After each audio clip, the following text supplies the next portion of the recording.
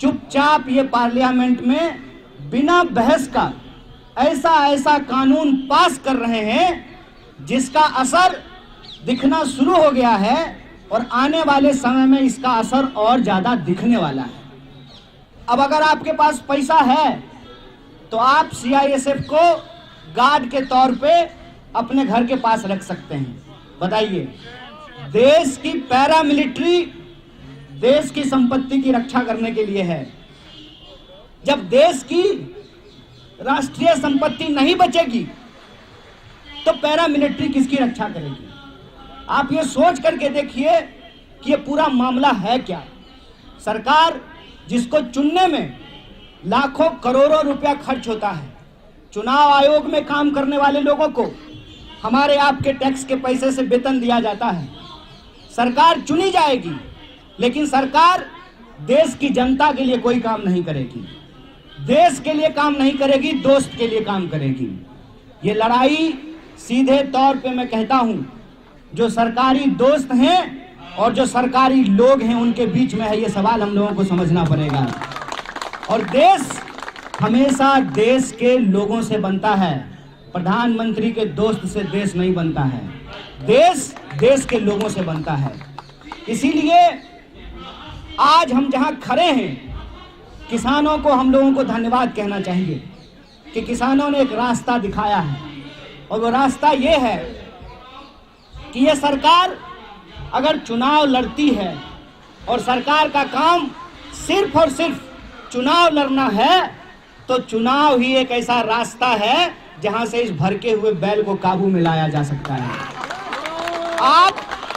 आप किसानों के आंदोलन को देखिए, 1 साल हो गया और इस दौरान क्या क्या नहीं बोला गया। कहा गया कि खालिस्तानी हैं, कहा गया कि नक्सली हैं। तो बताइए 56 इंची प्रधानमंत्री जी खालिस्तानियों से डर करके कानून वापस ले लिए। क्यों कानून वापस लिए? क्योंकि किसान सिर्फ किसान नहीं है, किसान इस देश का नागरिक भी है। आप सिर्फ बैंक कर्मी नहीं हैं, आप इस देश के नागरिक भी हैं। और आप अगर नोटबंदी जैसे गलत नीति के वक्त में भी सरकार के साथ खड़ा होकर के अपनी जान गंवा करके 8 घंटे के बदले 18 घंटा काम करके अगर उस परिस्थिति से देश को निकाले हैं तो इस सरकार को अगर आप चाहें तो नकेल भी लगा सकते हैं, उसको रोड पे ला करके खड़ा कर सकते हैं। जब आप देश के नागरिक हैं तो बैंक में काम करने वाला एक कर्मचारी इकलौता नहीं होता है, उसके भी परिवार होते हैं, उसके भी रिश्तेदार होते हैं। और इस देश के संविधान को धन्यवाद देना चाहिए कि इस देश के संविधान ने इस बात का अंतर नहीं किया है। अरे मैनेजर साहब का भी वोट एक होता है और चपरासी जो बैंक में होता है उसका भी वोट एक होता है, जो बैंक के डायरेक्टर होंगे उनका भी वोट एक होगा और हम जो बैंक में खाता खुलवाने वाले लोग हैं उनका भी वोट एक होता है।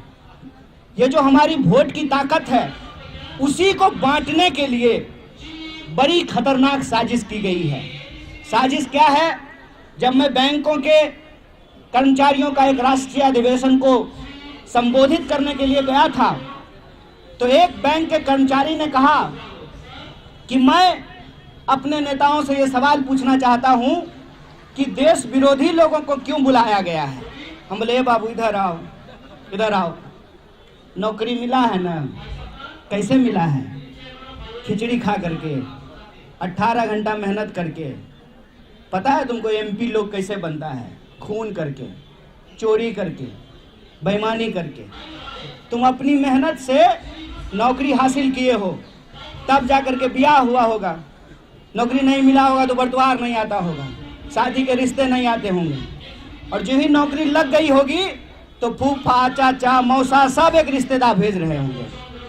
नौकरी जब मिली है तो समाज में इज्जत मिला है तुम्हारी मेहनत की बदौलत। बताओ जब नौकरी ही नहीं रहेगी तो तुम्हारा कोई इज्जत रहेगा? और यह साजिश समझो कि इस देश की आम आवाम को, जिसके पास, हर किसी के पास एक वोट है, उसको आपस में बांटा गया है। जब किसान लड़ रहा होगा तो बैंक कर्मचारी नहीं होंगे, जब बैंक कर्मी लड़ रहा होगा तो किसान नहीं होंगे, जब स्टूडेंट लड़ेगा तो मजदूर नहीं होंगे, जब मजदूर लड़ेगा तो आदिवासी नहीं होंगे, जब आदिवासी लड़ेगा तो महिलाएं नहीं होंगी। और ये हमको आपस में इसलिए बांटा गया है कि ये वही साजिश है जिसके बदौलत इस देश पर अंग्रेजों ने 200 साल राज किया था। फूट डालो और राज करो। और आज ये वही समय है कि इस देश की आम आवाम को तमाम तरह के पेशे के आधार पर, पहचान के आधार पर, बोली के आधार पर, क्षेत्र के आधार पर बांटा जा रहा है।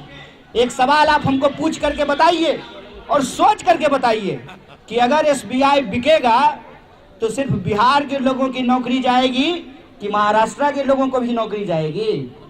तो क्या हमको साथ में वीर कुंवर सिंह जिंदाबाद और शिवाजी महाराज जिंदाबाद बोलना चाहिए कि नहीं बोलना चाहिए? और ये आपस में जो हमको लड़ाया गया है उसका सीधा साजिश क्या है कि आम जनता की जो परेशानी है उस परेशानी को अलग अलग करके दिखाना है। आम जनता की क्या परेशानी है, हम आम जनता की बदौलत आपको बताते हैं, आपको बैंक कर्मी होने के नाते, कि जब हम बैंक में जाते हैं तो हमको बुरा महसूस होता है। वो बुरा महसूस इसलिए होता है कि उनके साथ अच्छा बर्ताव नहीं किया जाता है।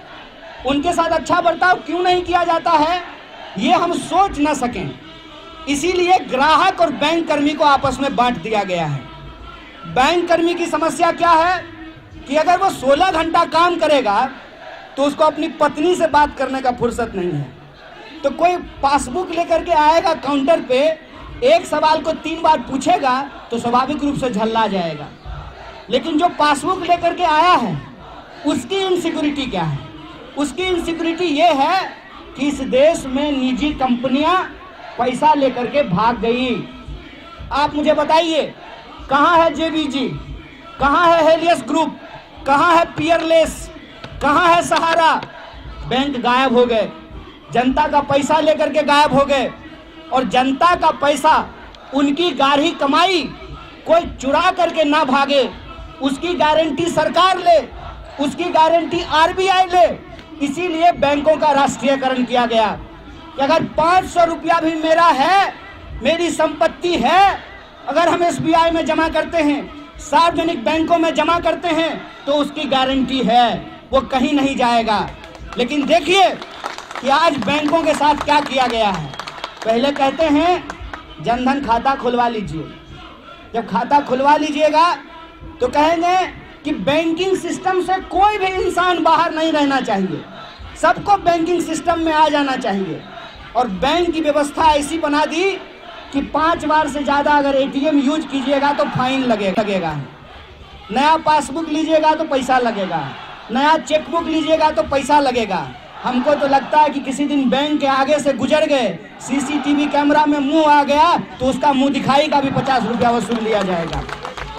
आम लोगों से आप पैसे की वसूली करते हैं और वो जो पैसा है अपने दोस्तों के ऊपर दोनों हाथ से लुटाते हैं। फिर कहते हैं कि एनपीए हो गया है। अरे साहब, बैंक तो बाद में एनपीए हुआ है, पूरी की पूरी सरकार एनपीए होकर के बैठी हुई है। आप कहते हैं कि एनपीए हो गया है इसीलिए बैंक बेच दीजिए, तो मैं कहता हूं प्रधानमंत्री सबसे बड़ा एनपीए का एस्टेट है और इसको बेचने की जरूरत नहीं है, ये अंबानी और अडानी के हाथ में बिका हुआ है। यह बात मैं क्यों कह रहा हूं? यह बात मैं इसलिए कह रहा हूं कि इस देश के भीतर जो आपने नारा दिया है बैंक बचाओ देश बचाओ, उसका सीधा मतलब यह है कि आप रिपब्लिक बचाना चाहते हैं। मेरी बात का गलत अर्थ मत निकालिएगा। ऐसा नहीं है कि हम एसबीआई के पक्ष में बोल रहे हैं तो हम आईसीआईसीआई के खिलाफ हैं, लेकिन मेरा अपना अनुभव यह है कि अगर एम्स नहीं होगा तो फोर्टिस में बेड नहीं मिलेगा, अगर सरकारी स्कूल नहीं होंगे तो निजी स्कूल से कंपटीशन नहीं करेगा, अगर सरकारी बैंक नहीं होगा तो मेरी इस बात को नोट करके रखिए। अभी जब जाते हैं आईसीआईसीआई में तो गार्ड सलाम ठोकता है ना, अगली बार अगर धक्का नहीं मारा तो फिर मुझे कह दीजिएगा। वो एसबीआई है, वो राष्ट्रीय बैंक है कि राष्ट्रीय बैंक के मुकाबले में, उसके कंपटीशन में निजी बैंक आपके ग्राहकों के साथ अच्छा व्यवहार करता है। मैं कहता हूं कि अगर आपके अपने माँ बाप नहीं है, आपका घर वाला नहीं है, अगर आपको घर में इज्जत नहीं मिलती है तो आपको बाहर में भी इज्जत नहीं मिलेगी। क्योंकि बाहर के जो बैंक हैं उसका एकमात्र उद्देश्य है मुनाफा कमाना, लेकिन जो सरकारी बैंक हैं, जो सरकारी संपत्ति है, उसका एकमात्र उद्देश्य मुनाफा कमाना नहीं है। आप मुझे बताइए कि अगर रेलवे नहीं होगा, अगर सरकारी बैंक नहीं होगा तो आम लोगों के पहुंच से रेल बाहर होगा कि नहीं होगा? अगर सरकारी बैंक नहीं होगा तो आम लोगों के पहुंच से निजी बैंक बाहर होगा कि नहीं होगा? ये जो परिस्थिति है, इस परिस्थिति को हम सबको समझना पड़ेगा और इस परिस्थिति को हम बखूबी समझते हैं। इसीलिए हम यहाँ आए हैं, बैंक कर्मचारियों के बीच में आम इंसान की हैसियत से आए हैं कि बैंक को बचाने का सवाल सिर्फ आपका पेंशन बचाने का सवाल नहीं है, सिर्फ आपका वेतन बचाने का सवाल नहीं है। सरकारी बैंक बचाने का मतलब है सरकार बचाना, सरकार बचाने का मतलब है देश बचाना, देश बचाने का मतलब है लोकतंत्र बचाना। इसीलिए सरकारी बैंकों को बचाने का तात्पर्य यह है कि हम इस देश में रिपब्लिक बचाना चाहते हैं। और रिपब्लिक का मतलब यह होता है कि इस देश के अंदर साधारण से साधारण व्यक्ति, चाहे वो वर्दी पहना हुआ हो या बैंक का ड्रेस पहना हुआ हो, चाहे वो फुटपाथ पे जूता सिलता हो या इस देश की सर्वोच्च संस्था संसद में बैठा हुआ हो, सबका अधिकार बराबर किया गया है। इसीलिए जो रिपब्लिक का हेड है, देश के राष्ट्रपति हैं, वो राजा का बेटा नहीं है, वो इस देश के आम इंसान का बेटा है। ये अधिकार हमारे हाथ में रहे, ये अधिकार हमारे हाथ में सुरक्षित रहे। इसीलिए बैंक बचाओ देश बचाओ इस रैली में आए हुए आप तमाम लोगों का मैं समर्थन करता हूं और मैं आपको वादा करता हूं कि किसानों ने जो हमको रास्ता दिखाया है उस रास्ते पे हमको चलना पड़ेगा। या सरकार जिससे डरती है उसको उसी से डराना पड़ेगा। इनको ये याद दिलाना पड़ेगा कि मोदी जी याद रखिएगा, अगर आप हमारा बैंक बेचिएगा तो आपका ईमान बिकाऊ होगा। हम बिकाऊ नहीं हैं, हम बैंक भी बचाएंगे और देश भी बचाएंगे। इसी आशा और उम्मीद के साथ आप तमाम लोगों को शुक्रिया कहते हुए अपनी बात को खत्म करूंगा। शुक्रिया। इनकलाब जिंदाबाद, हमारी एकता जिंदाबाद।